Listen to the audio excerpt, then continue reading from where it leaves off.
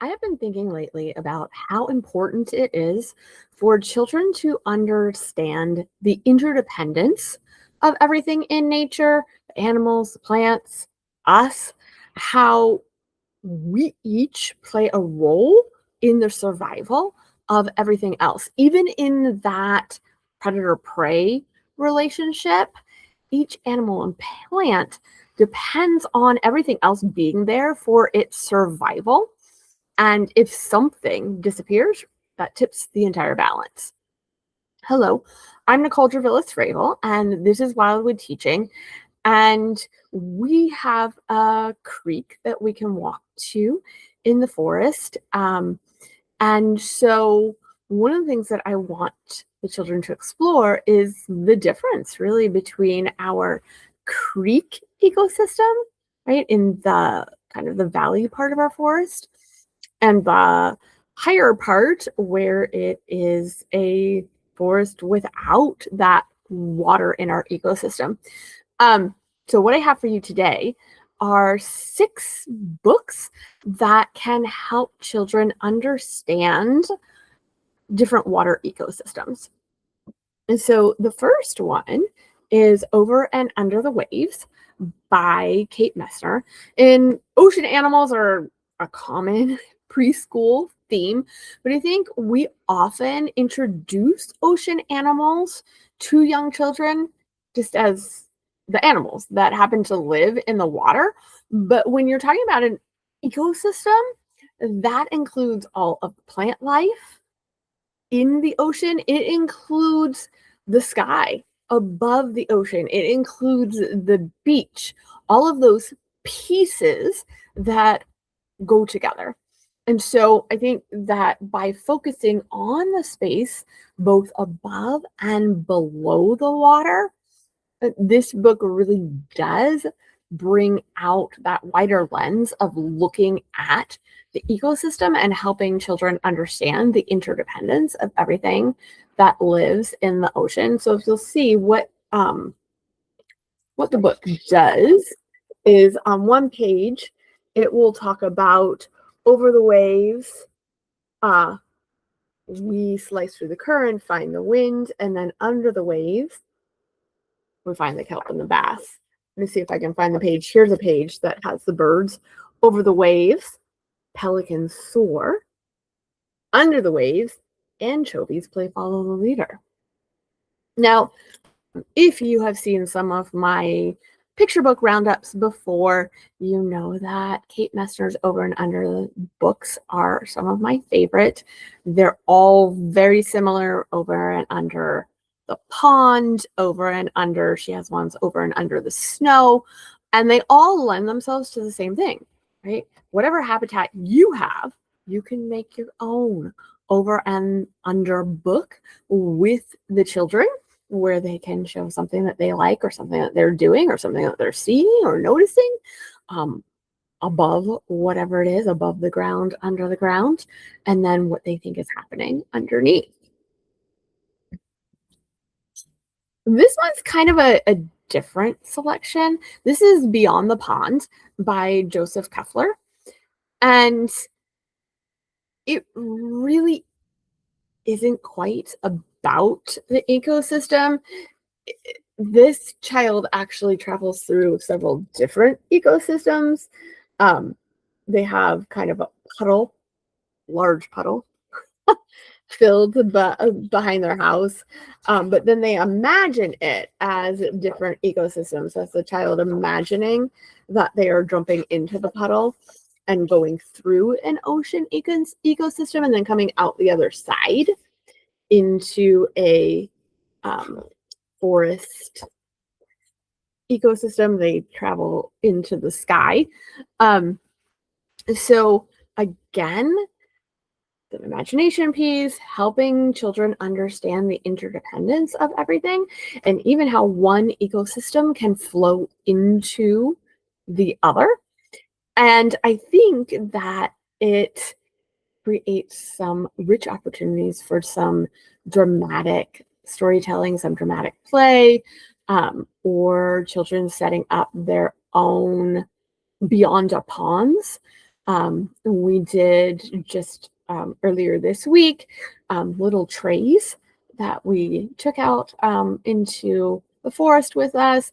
I filled them with like an inch of water, and the children got to create their own water habitat. And we talked about different habitats that could be, are you making a lake? Are you making a pond? Are you making an ocean? And what would you find in it?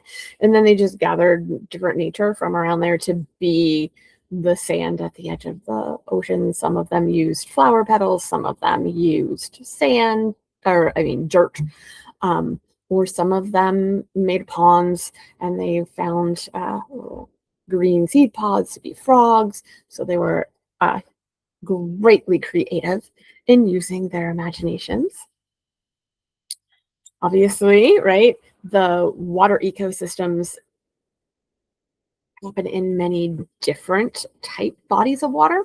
So this is The Tide Pool Waits by Candace Fleming, another author that I'm sure I have mentioned often. And this is also another book that goes beyond the animals that live in the ocean to explore the surroundings.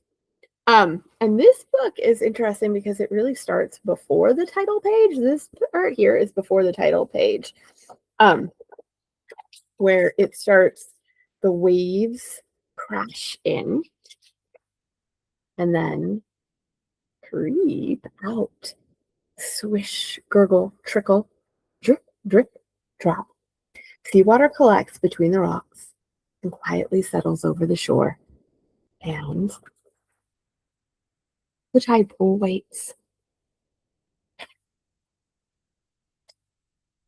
And then they kind of go through the day at the tide pool so that you are exploring all of the plants and animals in the tide pool. And then the book ends the same way it begins, with that repeated phrase of the water collecting again, and then the water going out again, and a new day beginning in the tide pool. Another option is Many Biomes, One Earth. This is a good overview if you want to explain to the children what a biome is, and to show children the breadth of many habitats that you can find on this planet Earth. And of course, I am partial to this because in this book, they have included both the habitats that we can find here. They talk exactly about a warm temperature forest, which is what we have. And they talk about a temperate rainforest, which I'm not sure I can find. And there's also a color-coded map here at the back of the book. So if children are trying to find themselves and their habitats on, and then flip to that page, that is super helpful. Now, as you noticed, when I flip through the pages here, there's our temperate rainforest. Seems like there's an awful lot of words on each page for preschoolers, but it's actually incredibly interesting text and simpler than you would think by looking at it at a glance. And the thing is, I would not, because that would be incredibly confusing, I would not go through every single habitat and biome page by page in this book. I would start with the ones that are familiar to your children, and then maybe ones that they are interested in, and just do one or two at a time, and then maybe even make it a guessing game. Can they figure out which one is theirs? All right, so we don't often think about an iceberg as an ecosystem. We're thinking of it as a cold, desolate block of ice, right? But this is Iceberg by Claire Saxby. And I think the repeated phrase throughout this book nicely brings home that whole idea. So about every other page says, if this world looks empty, look closer. Birds are coming. They know about the Antarctic summer. And that phrase is repeated on multiple pages throughout the book. And then they show you why it's not empty. All of the life that truly is teeming in and around the icebergs. I would probably pair this book with like a small world sensory table where you actually had water and chunks of ice and floating in the water, and then animal figurines that children could create their own stories about or explore within the habitat. All right, and then for my last book, I always include a wordless option. This wordless option is The Depth of the Lake and the Height of the Sky by Kim Ji-yoon.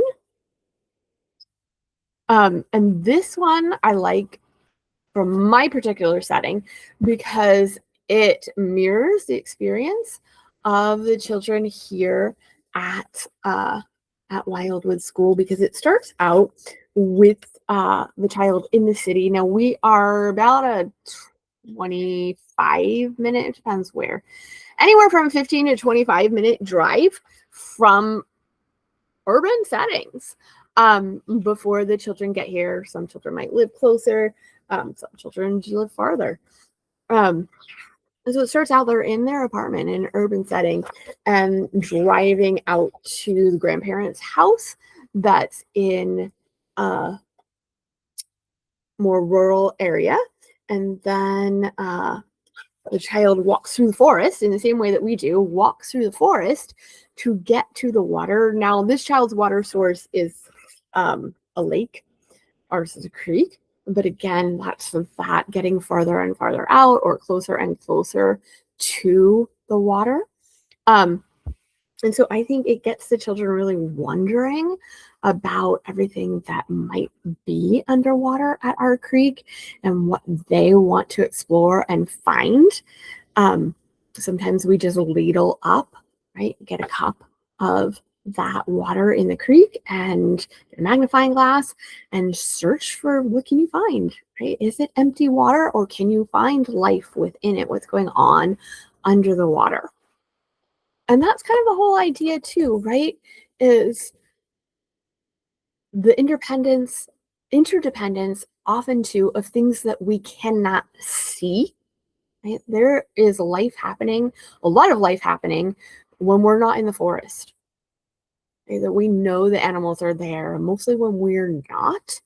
And so I think this whole idea of under the water is also helping children explore and think about, it doesn't always require us humans to see it to make it real. So I hope this gives you some options to start with. And if the water ecosystem doesn't make sense to you and you have another ecosystem close to you, please do explore that as well. If you have ideas for great books, please share them with us. You can comment under the video. You can connect with Wildwood Teaching on Instagram or Facebook. You can subscribe to my newsletter, reply to me there, and I will get the information out to everybody. And then join me here next week for another free episode of Wildwood Teaching. I will see you there.